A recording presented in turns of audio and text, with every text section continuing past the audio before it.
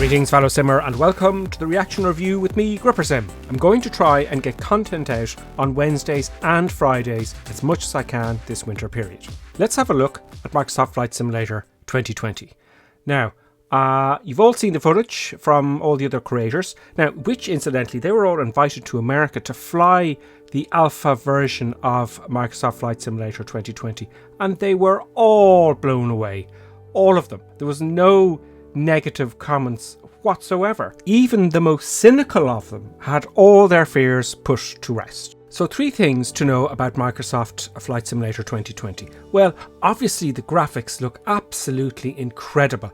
And the first thing that dawned on me that I want to press upon you, does this mean no more scenery add-ons? Like no more scenery for Wales or England or California? This is brilliant because this means we don't have to go forking out. It's all in the box. It's all part of the simulation, which is absolutely brilliant.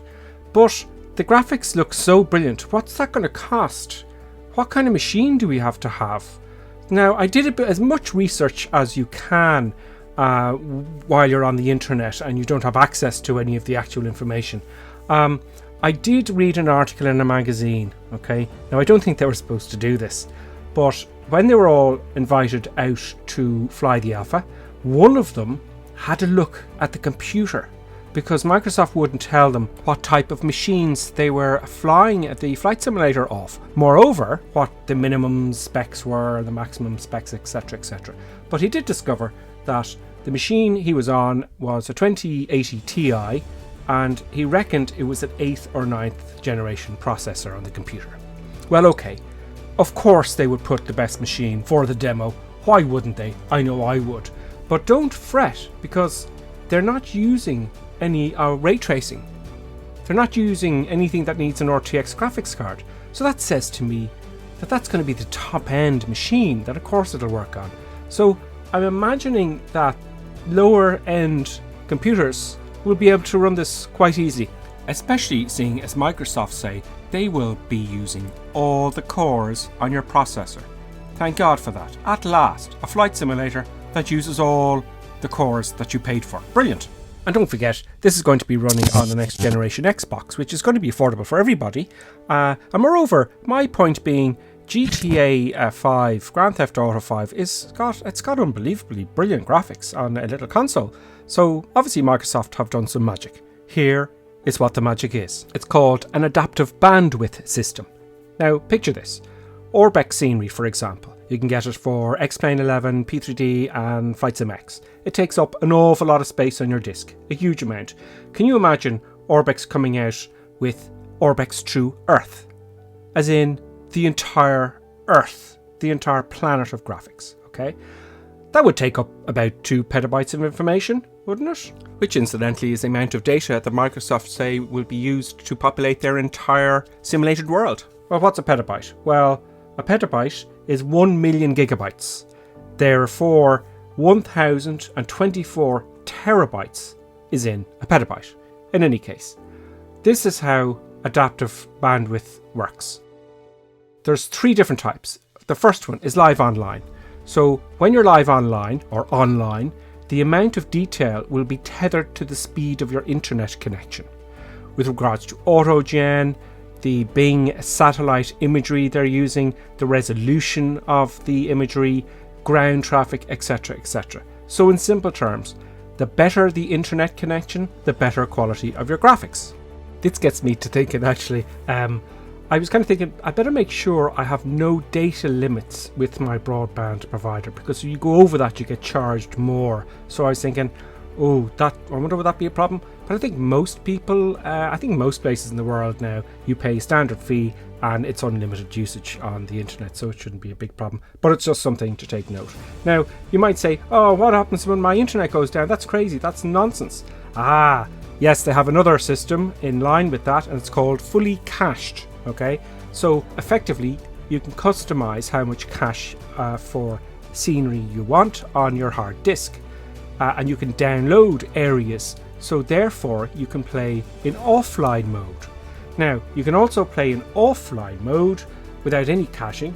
It won't look as good, But of course, if you choose, you can use the cache scenery you downloaded earlier for a specific area. So that's the 3 modes: live online, fully cached, and offline. Happy days. Number 2, the weather engine. Now, when I get up in the morning to go flying in the real world with my student, the first thing that enters my mind the minute I open my eyes is what's the weather like. The weather is the most singular important thing to your day of flying.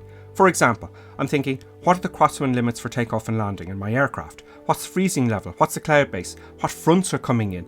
It dictates whether I go flying at all, and if so, what exercises I can do with my student, and when is that nasty front due in? So the weather dictates everything, and I've tried in the past to simulate some sort of semblance of reality with current flight simulators, and even with add-ons I find that incredibly difficult. Now, Microsoft say that the weather engine has been completely built from the ground up, including accurate cloud types, lighting, humidity, haze, pollution effects, the scenery lighting, and especially the wind, the physics of the actual wind. Again, remember, there's 1,000 points of reference on the aircraft with regards how it interacts with its environment, i.e. the wind, humidity, etc., etc. Also, Microsoft say that the clouds will have shadows cast on other layers of clouds, including the ground. The light from the ground will be cast on the clouds above. Do you know the way when you're flying into an airport in the real world on a jet, and there's a very thin layer of clouds over the ground and you can see a glow of the lights from underneath? That's apparently what you're going to be seeing.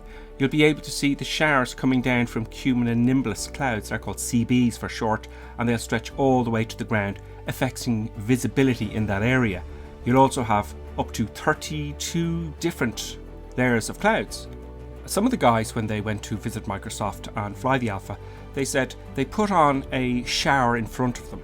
Now, before they entered the shower, there was no rain in the windscreen, but as they gradually got towards that shower, you got little specks of water, very, very well modelled on the windscreen, and it got more and more intense as you got closer to the shower. Now, in current flight simulators, it just starts raining out of the blue all of a sudden very harshly. So it sounds like they've done a really, really good job of modelling the rain. Also, my research today, it looks like the wind will be modelled accurately. They accurately simulate how wind moves. For example, when the wind goes over a mountain, the leeward side of the mountain will include downdrafts, eddies, and increasing turbulence. Cumulonimbus clouds will have downdrafts and updrafts, which, by the way, when you fly into that, possibly your aircraft can become completely uncontrollable and may even overstress the airframe if you fly into a mature CB. So, along with the volumeric 3D rain effects, you'll also have rainbow effects if the conditions are there, and fog at last. You'll have fog, and San Francisco will look absolutely fantastic because it's always foggy in the mornings, isn't it? So fog is also very important. You'll also have real-world weather. That is, you can connect to all the stations that are set up all over the world, and it will simulate the real weather in that specific area. And if you like, you can customize your own weather and fly into those CBs and see how long you last. Also, when you're flying higher up, they say you'll have 600 kilometers of view distance, which is more than enough, I reckon, for jets. So the good thing about this is, well, no more weather add-ons. You won't have to go hunting for add-ons and be disappointed like I was, which is great news. Number 3, the flight modelling. Now, before, I was watching some of the interviews over when the guys went over to the States to have a look at the Alpha, and I watched one of the interviews, and before, Microsoft would have one data point with reference to the actual airfoil being the wing of the aircraft with regards to how it interacted with the weather.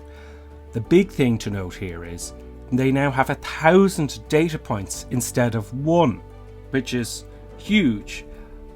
This one was just simulating the entire wing aerodynamics with the weather engine. Now they're modelling the particles of the wind in 1,000 places over the wing.